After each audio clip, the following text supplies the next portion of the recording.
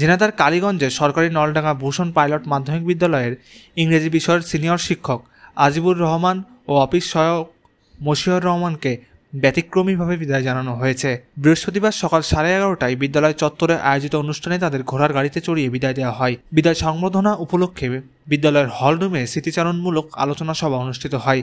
এতে বক্তব্য রাখেন উপজেলা নির্বাহী কর্মকর্তা ও বিদ্যালয় পরিচালনা কমিটির সভাপতি মোহাম্মদ দিরাজুল ইসলাম, সহকারী কমিশনার ভূমি শাহিন আলম, প্রধান শিক্ষক মকবুল হোসেন তোতা, সিনিয়র শিক্ষক রুহুল আমিন সহ অন্যান্য শিক্ষক কর্মচারীরা। আয়োজকরা জানান, দীর্ঘদিন এই প্রতিষ্ঠানের দায়িত্ব পালন করেছেন দুজন। অবসরে যাওয়ার দিনটিকে স্মরণীয় করে রাখতে বিশেষ এই আয়োজন করা হয়েছে।